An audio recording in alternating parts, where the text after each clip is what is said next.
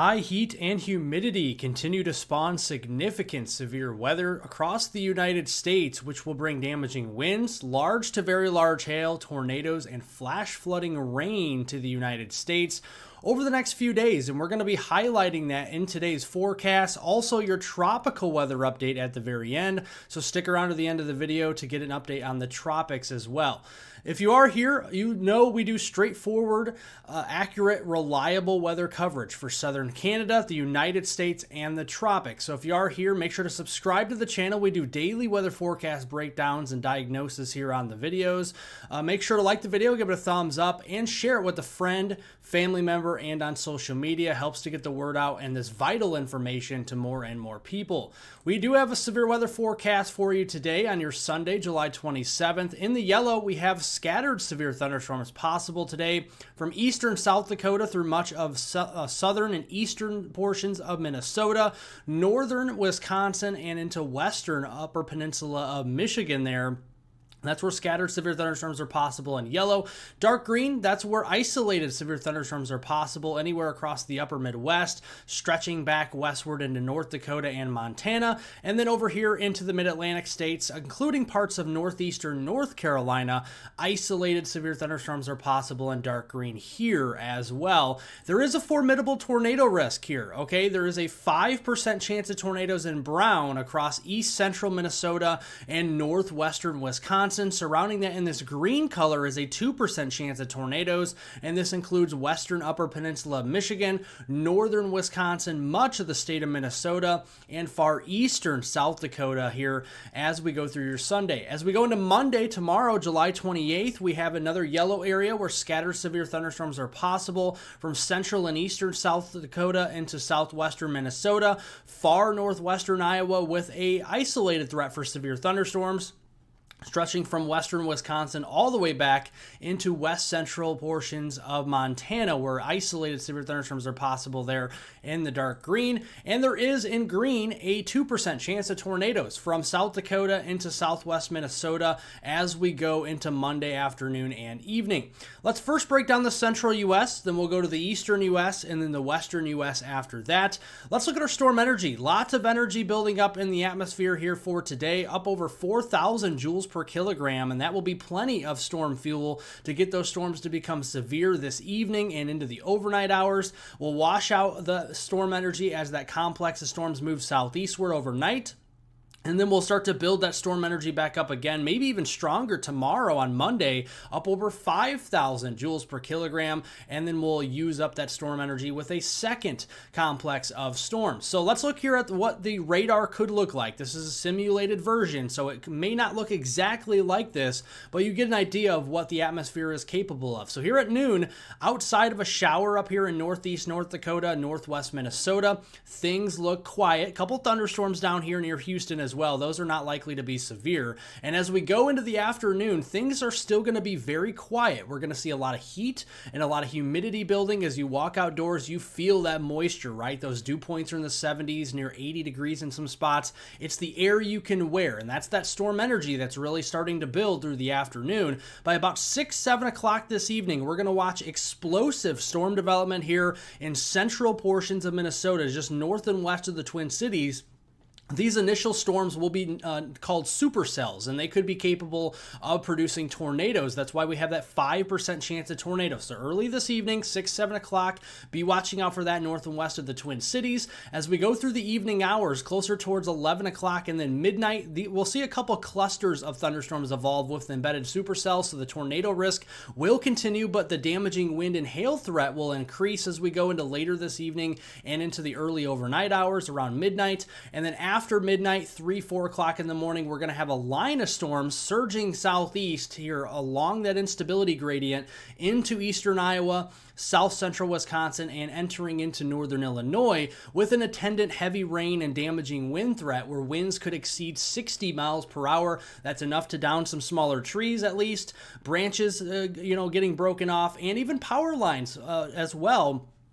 starting to cause some power outages potentially in some of these areas. Additional storms up into North Dakota on Monday morning, watching out for that.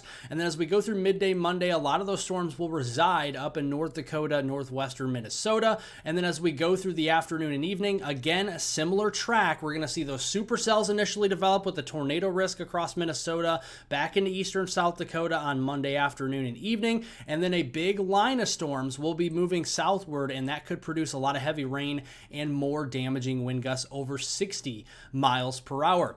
Now, looking here at the wind threat, okay, this afternoon, we're not really seeing any storms. It's around 6, 7 o'clock. We see those supercells, some big downburst winds over 80 miles an hour with these storms may be possible. They fan out in all directions.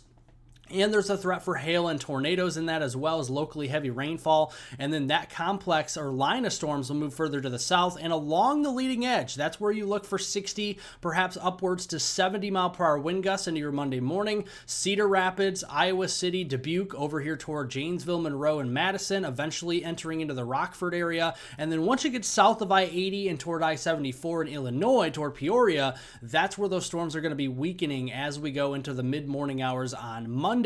Then we go here into Monday afternoon. We see a similar situation with supercells. Again, downburst winds, 70, 80 miles an hour, and then a big line of storms that surge southward, and that could produce, again, another 60, 70 mile per hour caliber winds for similar areas, eastern Iowa, southern Wisconsin, and northern Illinois, Monday night and into Tuesday morning. Those two rounds of storms will be capable of producing some very heavy torrential rainfall. You know, you can feel the moisture out there. We could be seeing 2 to 5 inches of rain, especially across south central Minnesota and western Wisconsin. So from La Crosse to the Twin Cities, Rochester, Minnesota, we'll be keeping a very close eye on the flash flooding threat with these storms through Tuesday morning. Now into the eastern United States here. There are some pop-up storms here at noon across portions of Pennsylvania and New York State. Couple showers toward Boston as well there in Massachusetts. As we go through the afternoon, that's what we're going to see. These pop-up scattered showers and thunderstorms, not really for any one particular location. They're going to kind of pop up wherever they do. And if they do pop up over your area, locally heavy downpours, cloud to ground lightning will be possible, as well as some smaller hail. So make sure if you are in Maryland, Delaware, or even into Virginia, we could be seeing some stronger storms out there with some smaller hail risk, a gustier wind threat of 40 to 50 miles an hour with those storms. And again, lightning with all thunderstorms are dangerous. And then as we go into the early morning hours, Mondays, you're heading off to work, running any errands out there, things look pretty dry outside of a shower there near Indianapolis or Cincinnati. And then as we go into the afternoon, again, more scattered coverage of showers and storms from Lake Erie all the way down there toward Georgia and Florida. And again, a few of those could produce some smaller hail. And the movement of those storms are going to be slow. So any one particular location could get some pretty heavy rainfall as we go into Monday evening. Rainfall, again, is going to be sporadic out here. Down the road, you could get maybe a drop or two of rain, where another, 10 miles down the road, you could potentially get over 2 inches of rain. That's just kind of what we're seeing here as we go through Tuesday morning on July 29th with our pattern in the eastern United States. In the western U.S. we can see some scattered showers and storms developing from Montana back through central Idaho, southeastern Oregon, and perhaps northern California through the evening hours. A couple stronger storms up there in Montana with some hail will be possible. But other than that, we're not seeing anything too terribly severe. And then we rinse and repeat. We have that same similar, the similar areas that are affected from Montana through central Idaho, eastern and southeastern Oregon, northern California with storms again on Monday, going into Monday night, and those storms will wash out as we go into the Tuesday morning time frame. Heaviest rains are ticketed for Montana, where we could be seeing some spots over an inch of rain, whereas areas further west will taper off to under a half an inch of rain across central portions of Idaho, eastern and southeastern Oregon into northern California. This goes through Tuesday morning at 7 a.m. on July 29th. Speaking of Tuesday, July 29th, we have more severe weather forecast from Montana, Wyoming, through portions of South Dakota, Nebraska, Iowa, northern Illinois, and southern Wisconsin, where at least isolated severe thunderstorms will be possible. Placement and upgrades to this outlook are possible as the Storm Prediction Center gets more confidence here going through the Tuesday timeframe. Again, we could have ongoing storm complex Tuesday morning across the Illinois Valley. That could dictate where the storms reside on Tuesday. And again, another complex of some heavy thunderstorms with severe weather, damaging winds, hail, and tornadoes will be possible overnight Tuesday and into Wednesday morning. And that as well could produce more heavy rain, but a touch further south now, talking about Nebraska, Iowa, southern Wisconsin, and northern Illinois going through Wednesday, July 30th. Now, as we go through the rest of the week here on Wednesday, storm complex could develop across the mid-Missouri Valley, so St. Louis, Springfield, Illinois, Indianapolis, Evansville, and Louisville may have to watch out for some stronger storms on Wednesday. Then as we go into Thursday, strong storms lining up from Little Rock to Memphis, Lexington, all the way to the Charleston region and Washington, D.C. And then finally, as we get to Friday, a lot of those stronger storms will be settling in further to the south and east across Shreveport, Memphis, Nashville, Knoxville, and Chattanooga, Atlanta, and all the way over here into Raleigh, Wilmington, Columbia, and Myrtle Beach. Those areas could be getting some stronger storms as we go into Friday evening, kind of bringing a break to the heat. And the high pressure building across the Great Lakes will usher in a lot of cooler air from the north, from Canada into the upper Midwest, Ohio Valley, Northeast, and Great Lakes for the end of the week. And let's talk about our temperature trends, because we have a big ridge of high pressure in the southeastern U.S. this weekend, and it's going to get hot as we start the week. But as we go through the week, mid and especially late week period, a powerful cold front will enter into the United States from Canada, and it will sag southward slowly every single day this week and provide relief from the heat. So as we go through this afternoon, high heat, high humidity, these numbers don't even tell the entire story. Yes, we'll be in the upper 90s to low 100s, but when you factor in those dew points in the 70s, low 80s, our heat index values could be up to around 105 to as much as 115 degrees Fahrenheit this afternoon in the plains. Gets even worse as we go into Monday. Notice the cold front though, okay? We have 70s, low 80s further to the north in North Dakota, northern Minnesota Monday. That moves further south into South Dakota, northern Iowa, southern Wisconsin on Tuesday.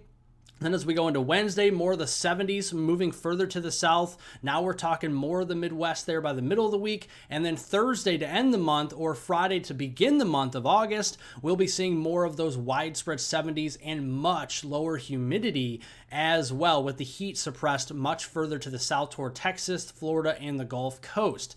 Now, looking here at the long-range forecast, next week, Monday, August 4th through Friday, August 8th, ridge of high pressure is not really going anywhere. So as it gets suppressed southward, yes, but we're still going to have that center of that ridge across New Mexico and West Texas. And what that will do is we're going to have the heat continue to remain further to the south. We're going to have some cool air. It's going to be refreshing, lower temperatures, lower humidity, but the heat comes roaring right back as we go into that first week of August there, especially from Texas up there into Nebraska, where temperatures could easily be 20 degrees above normal during that time frame. And looking at precipitation, very similar, as the cold front, powerful cold front, is going to sag southward. It's going to bring thunderstorm complexes with heavy rain and severe weather with them. Will dry out a little bit as that cool, dry air settles in middle and late portion of the week into the Midwest, Ohio Valley, and Northeast. And then we see the rainfall return to the north across the upper Midwest as we go towards that second week of August. So more storm complexes will be revolving again around our ring of fire pattern, just a little bit touch further west this time as we go into the second week of August. Let's talk here about the tropics. The National Hurricane Center in Miami, Florida is not expecting any tropical cyclone activity in the Atlantic Basin, including the Caribbean and the Gulf, over the next 7 days. And the reason being is we still have significant amounts of Saharan dust, which is dry air moving across the Atlantic Basin.